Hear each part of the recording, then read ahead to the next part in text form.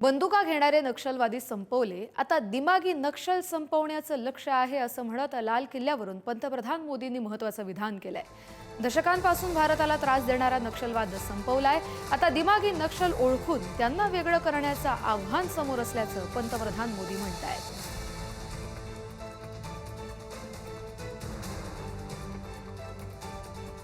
नक्सली माओवादी हिंसा आखिरी सांस भी शायद रहने की अब तो ताकत नहीं रही है.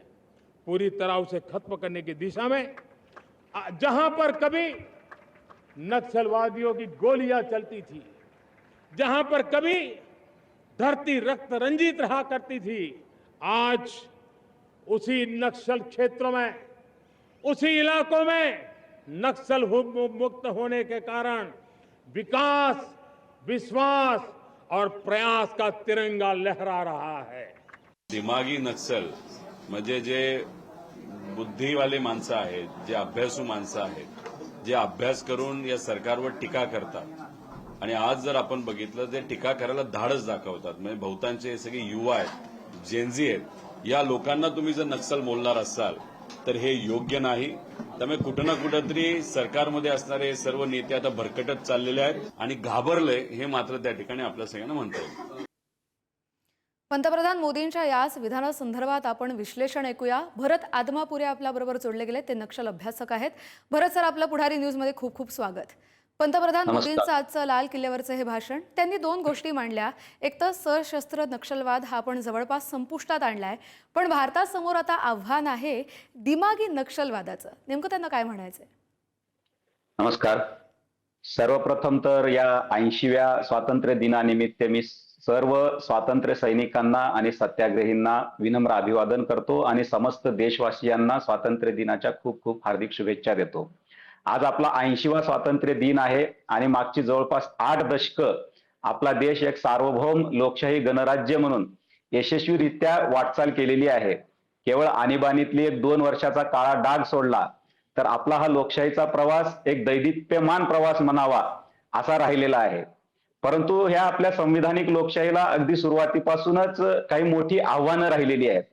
जेव्हा भारत स्वातंत्र्य झाला तेव्हा लगेचच तेलंगणामध्ये कम्युनिस्टांनी, साम्यवाद्यांनी, म्हणजे ज्यांना आज आपण नक्षल म्हणतो, त्यांनी मोठा उठाव केला होता. पण तत्कालीन गृहमंत्री सरदार पटेल यांनी ठाम निर्णय घेऊन तो नक्षलवादी उठाव मोडून काढला. म्हणून आजही अनेक लेफ्ट विंग एक्स्ट्रीमिस्ट जे असतात, जे नक्षलवादी असतात, ते सरदार पटेलावर खूप खार खाऊन असतात. पण ते आव्हान आपण मोडून काढण्यात यशस्वी झालोय. पण आपला हा जो प्रवास आहे 8 दशकाचा, तो काही बिना अडथळ्याचा राहिलेला नाहीये. मग ते जम्मू काश्मीर मधील फुटीरतावाद असेल, नॉर्थ ईस्ट राज्यामधला फुटीरतावाद असेल, किंवा तामिळनाडूमध्ये द्रविड नावाची एक फुटीरतावादी चळवळ होती, तसंच खलिस्तानची फुटीरतावादी चळवळ, आणि त्यासोबतच सगळ्यात मोठं आव्हान ज्याला म्हणता येईल ते म्हणजे हे लेफ्ट विंग एक्स्ट्रीमिझम, ज्याला माओवाद म्हणतात, त्यालाच नक्षलवाद देखील म्हणतात. ते मोठं आव्हान आजपर्यंत म्हणजे 31 मार्च 2026 पर्यंत ते आव्हान आपल्या समोर उभं होतं. ते अमित शहांच्या दृढ संकल्पातून संपुष्टात आलेलं आहे.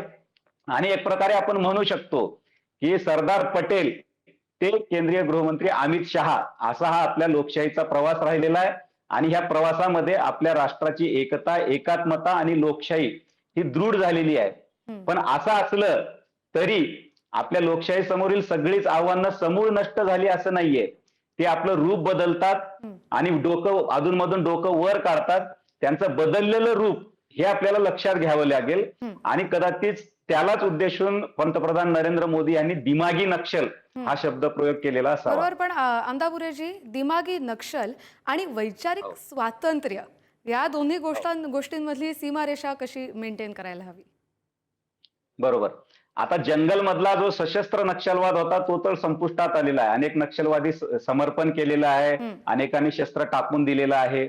पण त्यांचं मोठं नेटवर्क हे शहरी भागामध्ये देखील राहिलेलं आहे आणि आजही ते आहे. ते लगेच मोडीत निघणार नाही. शहरी भागांमध्ये जे नक्षल समर्थक असतात ते काही हातात बंदूक घेऊन लढत नसतात. ते वैचारिक लढाई लढत असतात आणि माओवादाप्रती, नक्षलवादाप्रती एक सहानुभूती निर्माण करण्याचं काम करत असतात. त्यामुळे ते नेटवर्क अजूनही आहेच. आता नक्षलवाद्यांनी हातातून बंदुका टाकल्या, ते काही त्यांचं हृदय परिवर्तन झालं किंवा विचार परिवर्तन झालं म्हणून टाकल्या का आपल्या सुरक्षा यंत्रणेचा दबाव वाढला म्हणून मजबुरीने टाकल्या, हा प्रश्नच आहे.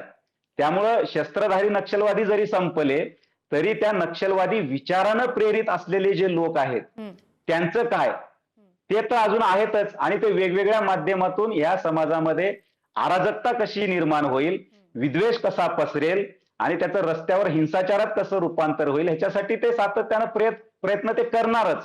त्यांना उद्देशून हा दिमागी नक्षल हा शब्द प्रयोग केलेला आहे. आणि केवळ आत्ताचे पंतप्रधान नरेंद्र मोदीच म्हणतायत असं नाही. मनमोहन सिंगांच्या काळामध्ये स्वतः मनमोहन सिंगांनी आणि तत्कालीन गृहमंत्री चिदंबरम यांनी देखील म्हटलं होतं की हातात शस्त्र घेतलेले नक्षलवादी जितके घातक आहेत त्यापेक्षा जास्त घातक हे शहरी भागामध्ये वैचारिक कव्हर देणारे जे तथाकथित ऍक्टिव्हिस्ट आहेत, नक्षलवादाला बौद्धिक कव्हर देणारे, ते जास्त धोकादायक आहेत असं त्यांनी देखील म्हटलं होतं.